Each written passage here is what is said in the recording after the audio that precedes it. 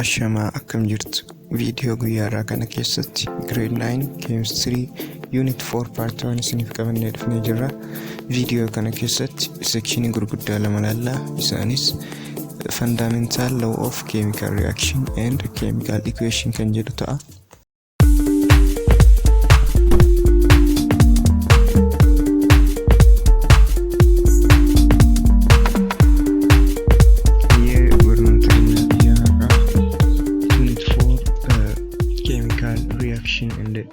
Geometry kan jedhuun jalqabna. Introduction jalatti erga boqonnaa kana xumurree wantoota beekuu qabnu nuuf tarreessa. Jalqaba irratti define chemical reaction. Nyaatinsi keemikaala maal akka ta'e ibsuu ni dandeetta jedha. Itti aansee immoo give some examples of chemical reaction. Nyaatinsi keemikaala sanniin immoo keessaa muraasa fakkeenyota muraasa kennuu ni dandeetta jedha. Kanneen bal'inaan boqonnaa kana keessatti kan laallu ta'a jechuudha.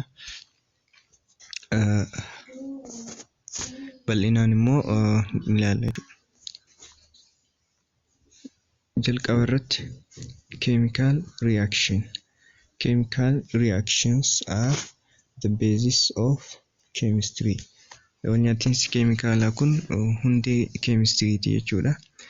Chemical reactions occur around us all the time. Nyaatinsi keemikaalaa kun immoo yeroo hundaa naannoo keenyatti argamuu ni danda'a jechuudha. Fakkeenyi isaanii immoo the burning of fuel. Gubachuu gaazii fakkeenya nyaatinsa keemikaalaa keessaa isa tokko. Itti aansee immoo the storing of milk. Dhangaggaa'uu aannanii yookiin immoo itituu aannanii fakkeenya keemikaala nyaatinsa keemikaalaa jechuudha. Metabolic process of our body. Yeroo waa nyaannu adeemsi nyaanni keenya gara xuraawaa adda addaatti ittiin jijjiiramullee nyaatinsa keemikaalaa keessa darbee jechuudha. And the decay of plant. Busbusuun biqiltoota illee nyaatinsa keemikaalaati. Kunniin nyaatinsa keemikaalaa keessaa fakkeenyota muraasa jechuudha.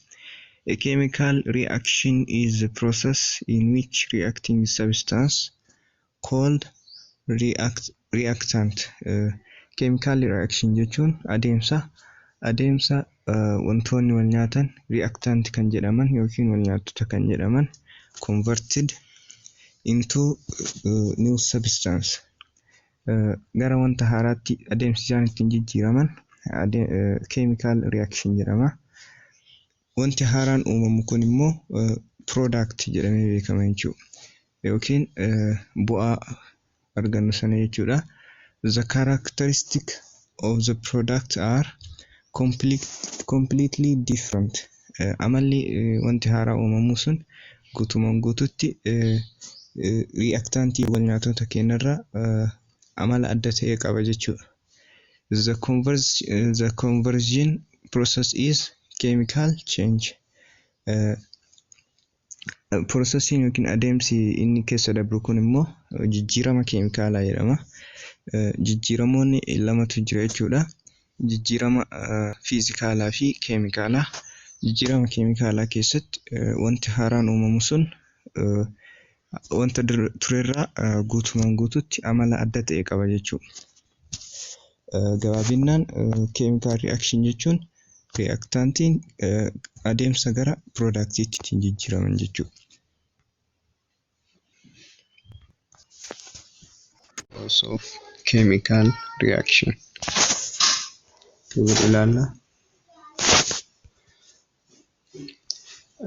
While investigating qualitative relation between substances in chemical reactions, scientists formulated the three basic laws of chemical combination.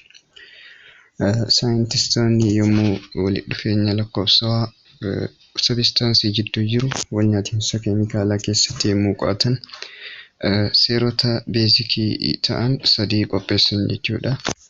Isaanis walitti argaman kanneen the law of conservation of mass. The law of definite proportion and the law of multiple proportion. Tokkoon isaanii maal akka ta'an wajjin ilaalla jechuudha. Jalqaba irratti the law of conservation of mass seera gitaa'ummaa hangaa jechuudha. Seerri kun qorannoo keemistiin biyya French Anthony Lavoisier jedhamu qopheesse irratti beesdi ta'uudhaan akkasuma qorannoolee biraa irrattis beesdi ta'uudhaan kan qophaa'edha. Anthony Lavoisier eksperimentii inni dalage inni gilaasii ho'isee jechuudha. Gilaasii kana erga ho'isee booda immoo ho'isuun duraa fi erga ho'isee booda hanga isaa safaree walqixa ta'uu isaa hubate jechuudha. Kanaafi wantoonni biroo seera conservation of mass kanaaf bu'uura ta'anii jiranii jechuudha. Seerri kun immoo maal akka jedhu wajjin ilaallu. The law of conservation of mass states that matter is neither created nor destroyed. Seerri kun maateriin yookiin wanti hanga qabatu tokko jechuudha. Hin badus akkasuma hin uumamus jedha jechuudha. Chemical reaction tokko keessatti maateriin haaraan hin uumamu, kan qaratuus hin badu jechuudha. Jecha biraatiin the mass of reactant is exactly equal. The mass of reactant is exactly equal to the mass of the product. Hangi wal nyaattotaa hanga product yookiin bu'aa argannuun wal qixaa jechuudha. Kanammoo fakkeenya wajjin ilaalla. Within the limits of experimental error, daangaa dogongora qorannoo irratti jechuudha. This law is also known as the law of indestructibility of matter. Seerri kun akkasuma seera balleeffamuu dhabuu wantootaa yookiin maatarii jedhamees ni beekama jechuudha. Gabaabinaan seerri kun maal nuun jedha? Mass of reactant is equals to the mass of product. Gabaabinaan jechuudha. Hangi wal nyaattota hanga productiitiin wal qixa jechuu hin dandeenye.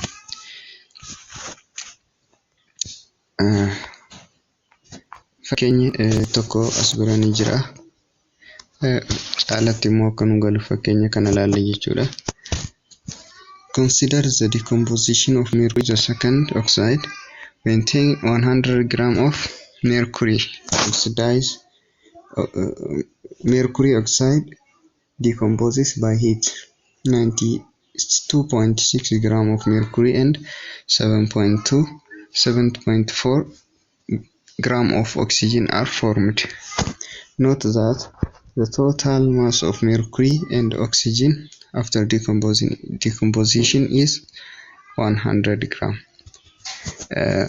Fakkeenya kana keessatti jechuudha. Mercuriin OA'n addaan erga diigamee booda mercurii fi oxygenii nuuf kenna. Hangi mercurii jalqaba irratti 100 giraamii ture. Kan hangi mercurii fi oxygeniis yommuu walitti hidhaan 100 nuuf kenna jechuudha. Kun maal nu agarsiisa? Hangi wal nyaattotaa hanga productii kennaatiin wal qixa ta'uu nuuf agarsiisa jechuudha. Seerri gitaa'ummaa anniisaa yookiin the law of conservation of mass gabaabinaan kana fakkaata. Gara seeratti aanutti. Inni lammaffaan immoo the law of definite proportion. The law of definite proportion states that a compound always contains the same element in the same proportion by mass.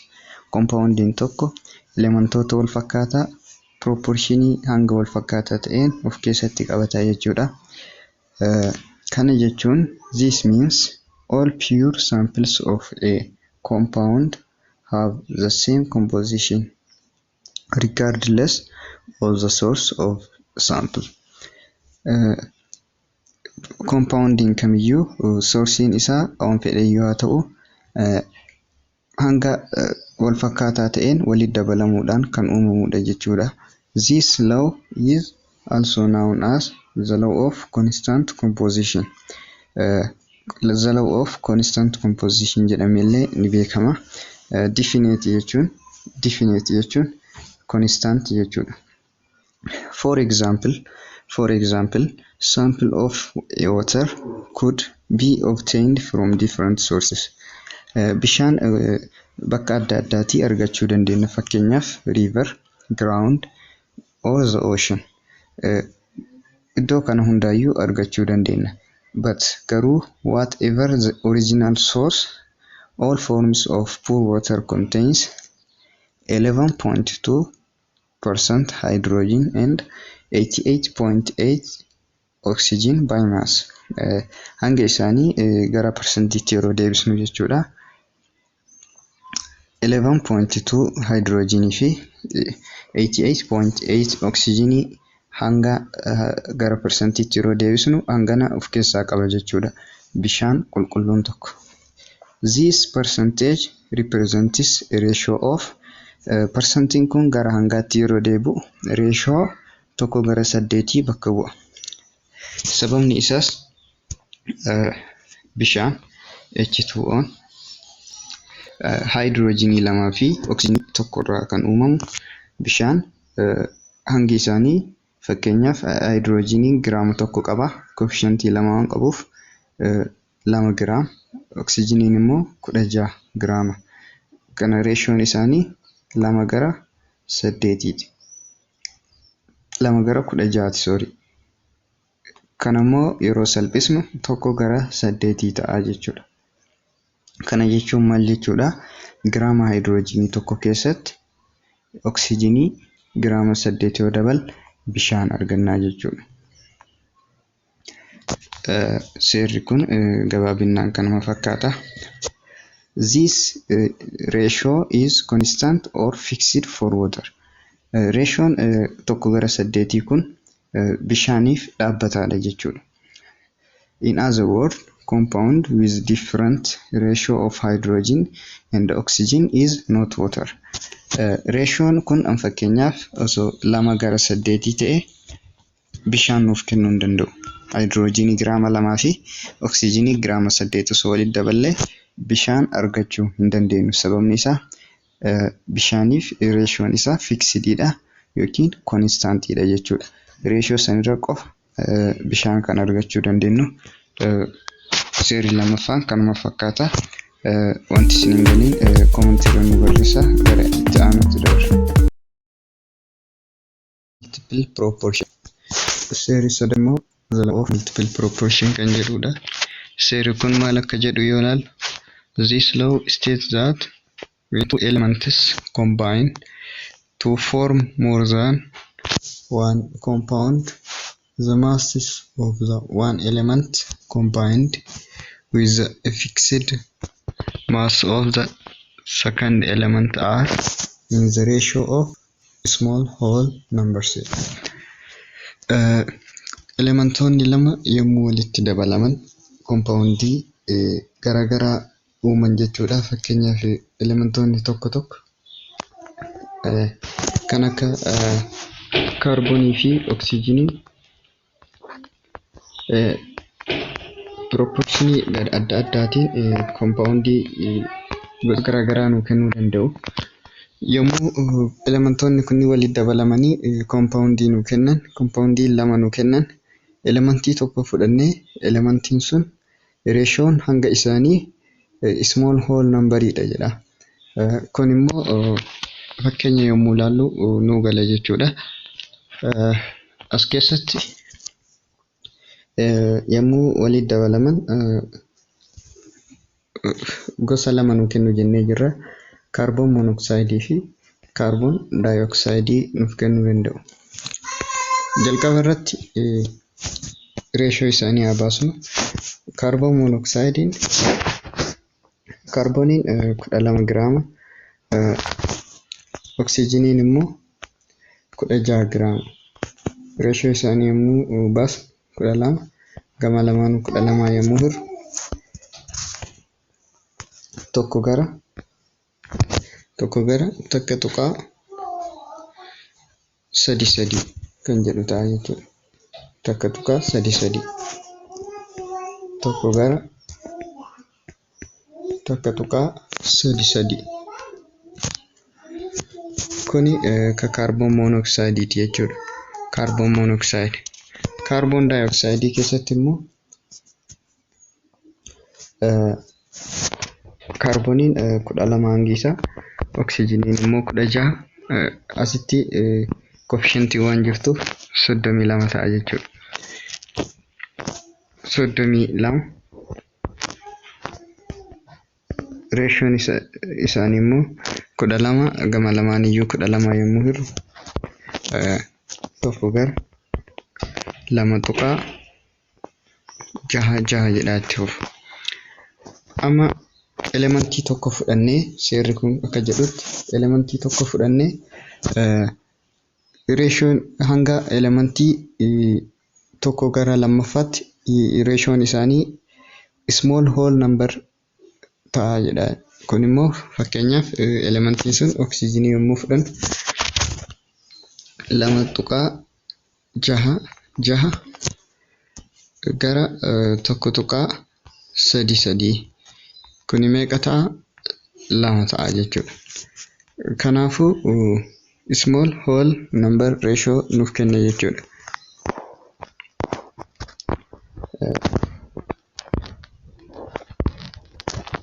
Akkuma argitan jalqaba irratti compoundii lamatu jira. Compoundii san keessaa elementii tokko fudhannee yommuu wal dorgomsiisnu reeshoon hanga isaanii small whole number ratio small whole number ta'a jedha jechuudha. Salphaadha. Wanti isin hin galiin immoo jiraate commentii nu barreessaa garatti aanutti dabalu.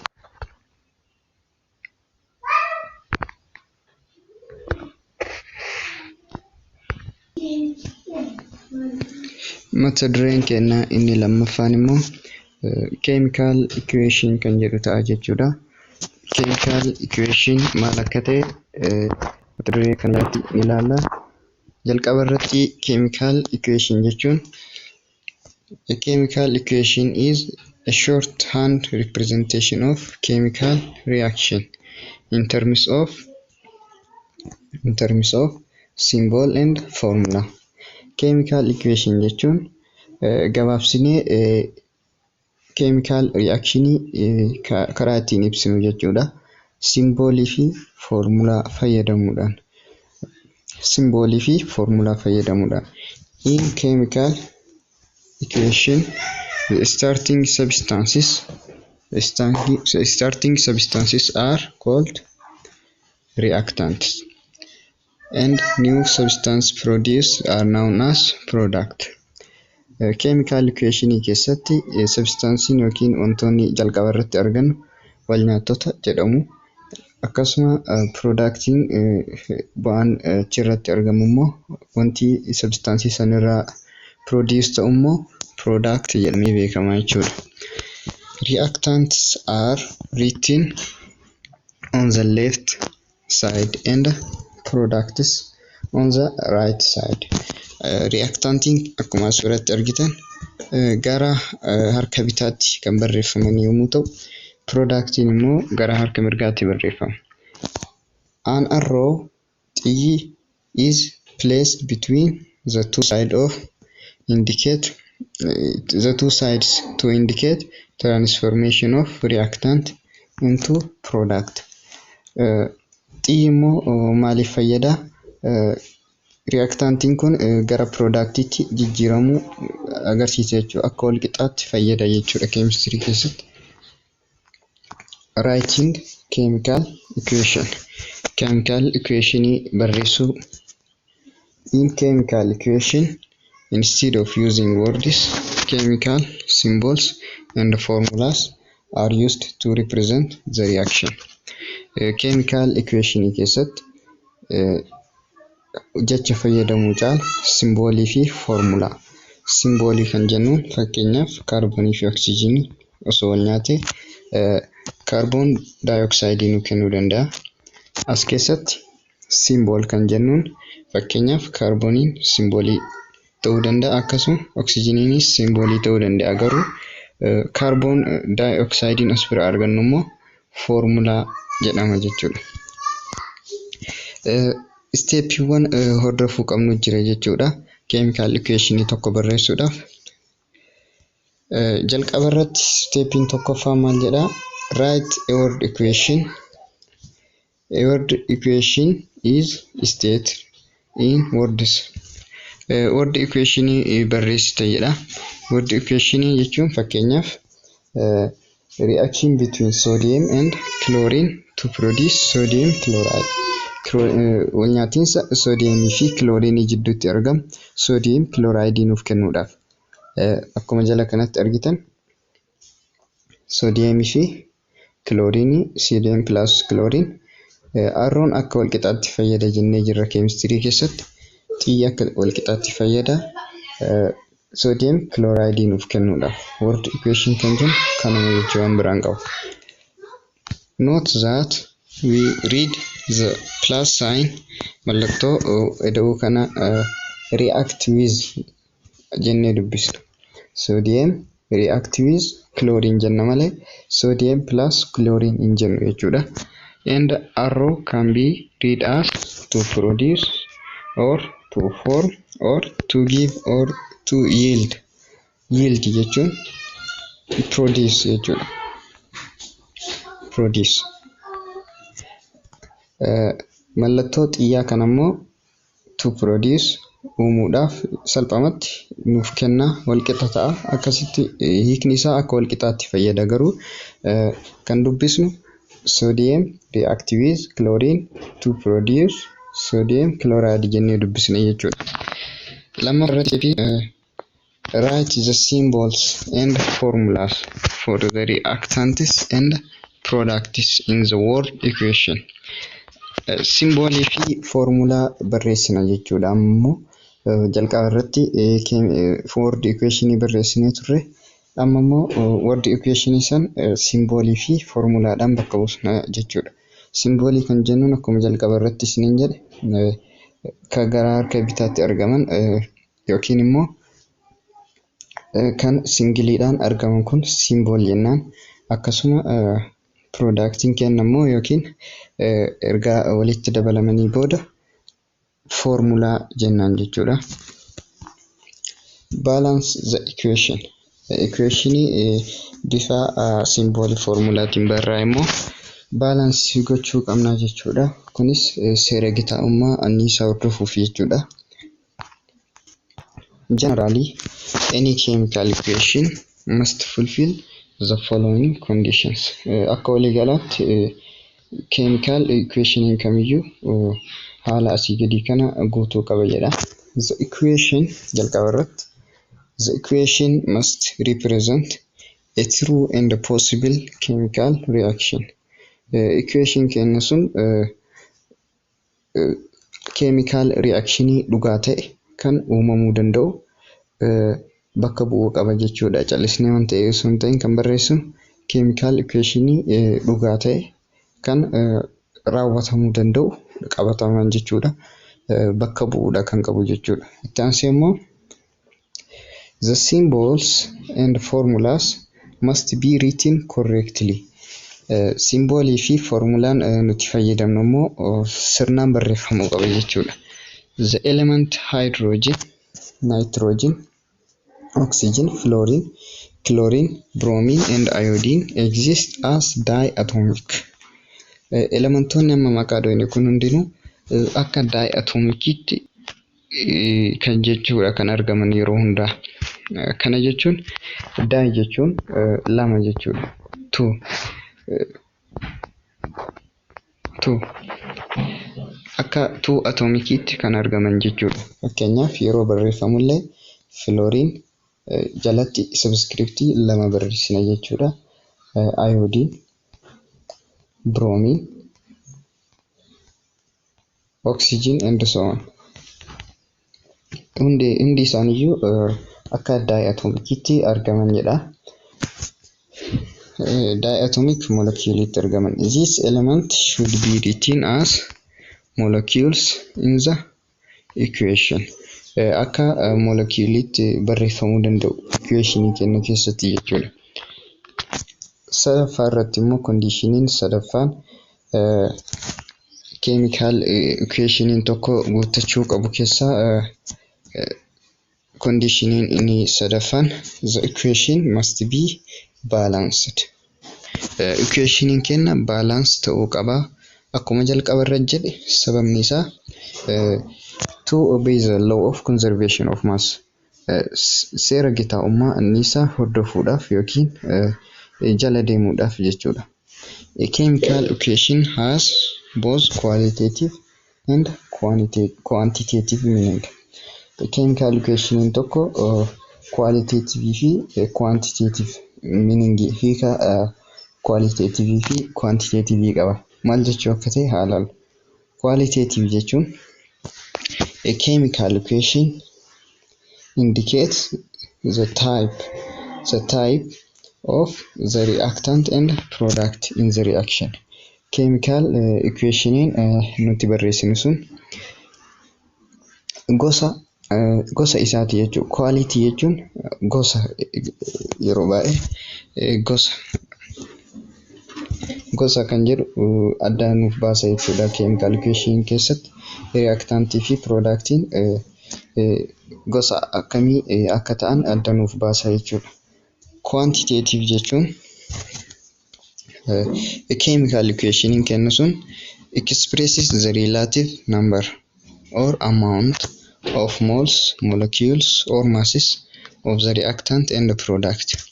Chemical equation sun hanga lakkoofsaan jechuudha yookiin hanga moolii, molecuulii fi hanga wal nyaatotaatii fi bu'aa yookiin productii argannu nuuf ibsaa jechuudha.